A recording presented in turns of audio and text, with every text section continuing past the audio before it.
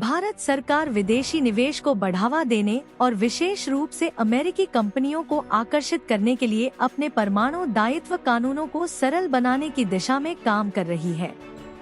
आधिकारिक सूत्रों के अनुसार सरकार परमाणु उपकरण आपूर्तिकर्ताओं पर संभावित दुर्घटनाओं के जुर्माने की सीमा तय करने पर विचार कर रही है, जिससे उन्हें असीमित उत्तरदायित्व के भय से राहत मिल सके। इस प्रस्तावित संशोधन का उद्देश्य भारत की परमाणु ऊर्जा उत्पादन क्षमता को 2047 तक 12 गुना बढ़ाकर 100 गीगावाट तक पहुंचाना है। साथ ही अमेरिका के साथ व्यापारिक और टैरिफ वार्ताओं में मजबूती लाना भी इसका एक प्रमुख उद्देश्य है। सूत्रों के अनुसार परमाणु ऊर्जा विभाग ने जिस मसौदा कानून को तैयार किया है, उसमें 2010 के असैन्य परमाणु दायित्व क्षति अधिनियम civil liability for nuclear damage act की उस धारा को हटाने का प्रस्ताव है, जो दुर्घटनाओं के लिए आपूर्तिकर्ताओं पर असीमित उत्तरदायित्व थोपती है। डेलॉयट साउथ एशिया के मुख्य विकास अधिकारी देबाशीष मिश्रा ने इस कदम को तार्किक बताते हुए कहा, भारत को स्वच्छ और सतत ऊर्जा की जरूरत है, जिसमें परमाणु ऊर्जा एक अहम भूमिका निभा सकती है। लेकिन मौजूदा दायित्व कानून रिएक्टर आपूर्तिकर्ताओं के लिए चिंता का विषय है।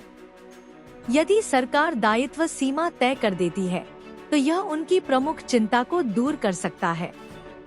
भारत सरकार को उम्मीद है कि इस संशोधन से जनरल इलेक्ट्रिक और वेस्टिंगहाउस इलेक्ट्रिक जैसी अमेरिकी कंपनियों की आपत्तियां दूर होंगी, जो अब तक असीमित जोखिम के डर से भारत के परमाणु ऊर्जा क्षेत्र में निवेश करने से पीछे हट रही थी। विश्लेषकों का मानना है कि यह संशोधन भारत और अमेरिका के बीच व्यापार समझौते के लिए अत्यंत महत्वपूर्ण होगा। दोनों देशों का लक्ष्य है कि 2030 तक द्विपक्षीय व्यापार को $500 बिलियन तक ले जाया जाए, जो 2023 में $191 बिलियन था। सरकारी सूत्रों के मुताबिक सरकार को विश्वास है कि जुलाई में शुरू होने वाले संसद के मानसून सत्र में यह संशोधन पारित हो जाएगा। प्रस्तावित बदलावों के अंतर्गत परमाणु दुर्घटना की स्थिति में ऑपरेटर केवल उसी सीमा तक आपूर्तिकर्ता से मुआवजा मांग सकेगा, जितनी राशि का अनुबंध किया गया हो। वर्तमान कानून में न तो मुआवजे की अधिकतम सीमा तय की गई है और न ही उस अवधि को परिभाषित किया गया है जिसके दौरान विक्रेता को उत्तरदायी ठहराया जा सकता है।